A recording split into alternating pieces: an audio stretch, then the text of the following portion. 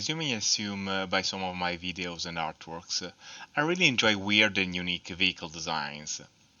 So I was thinking, why not talk a bit about these weird vehicles while I draw them?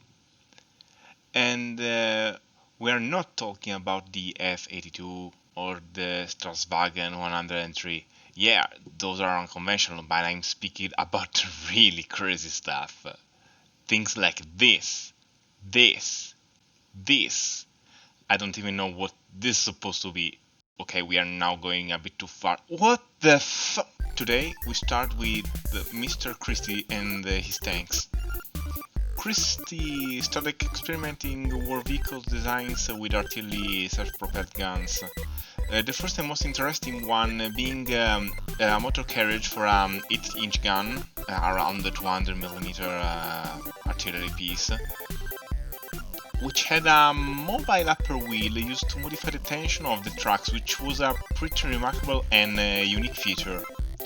This helped the vehicle to improve its mobility on different type of terrains. The first proper tank Christie designed was the M1919, something that conventionally would resemble a proper tank today, but in 1919, just after World War I, this vehicle was seen bizarre, at least, if compared to the more landship-like chonkers of the time. The vehicle, like all Christie design, had also the capability to move only on the running wheels by removing the tracks, being more effective on roads in this configuration. The tank did not impress the army, so later Christie presented this abomination, the so-called M1921.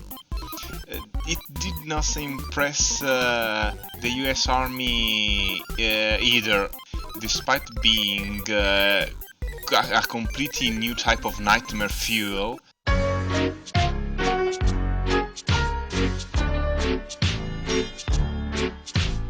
It lacked mobility and reliability. The US Army was looking for its future armored vehicles. So, if it's mobility what they want, mobility they'll get. Christie then designed its unique suspensions and presented them on the new M1927. The military retained the vehicle's poor armament, being only 2 light machine guns, a no-go for implementing this vehicle in the army. But everybody was highly impressed by the outstanding mobility of the M1927. So, if speed was already outstanding and the armament was considered poor, what's the better way to improve the design? Yeah, guys, that's it.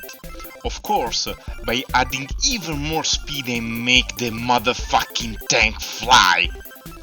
And no, we are not talking about the Soviet Virgin gliding tanks that has to rely on a little plane to be bought on the battlefield. This is a Chad flying tank with its own propeller and able to take off by its own. Christie proposed a design of a turretless light tank, armed with a 75mm potato launcher, powered by an extremely highly powerful engine able to bring that little thing to a stupidly high speed of 116 kph on wheels and 112 on tracks. The tank was meant to accelerate on a runway on its own, using the tracks. Then the transmission would shift power from the wheels to the 4-bladed propeller of the center of the wings to power the tank on the air like a true airplane, being also maneuvered by the tank's driver. After the landing on the battlefield, the plane part would detach, and the light tank is able to do its light tank stuff. Airborne tanks then became the Christie's new love, and in the mid-30s 2 new light SPG were proposed, the M1935 and the M1936. They were extremely similar by one another, a low-profile vehicle armed with 57 or 75mm gun. The problem was that the system started to attach the vehicle under a plane was not suited for any valuable aircraft at the time.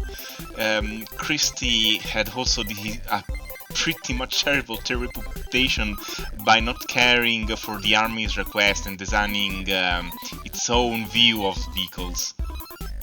But then, late during World War II, the army remembered the Christie airborne designs and contacted him to ask an improved version, searching a design that later led to the M22 Locust that we all know and hate.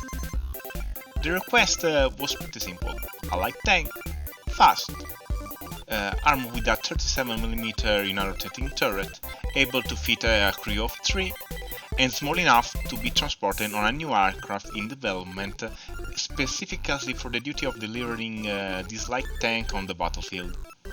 And no, I'm not mounting my voice on the wrong vehicle. This is actually what Christie presented to the US Army for their commission. As you can see, not only the tank misses the requested turret, but its size did not allow the vehicle to fit into the transport plane. Christie indeed thought that the tank was the most important thing, and the delivery system should be rearranged specifically on the design. Of course, the US rejected this thing. And that's the last Christie design we know. In conclusion, Christie was a man surely ahead of its time, and a genius with innovative concepts on its mind, but so eccentric and obnoxious to relate with that the US was reluctant to ask for his help in designing vehicles, in first place, just because they had to deal with him. If we think about that, indeed, the Christie suspension design were pretty successful only outside the US borders, with the Soviet T-34, M7 or the British Crusader tanks as an example.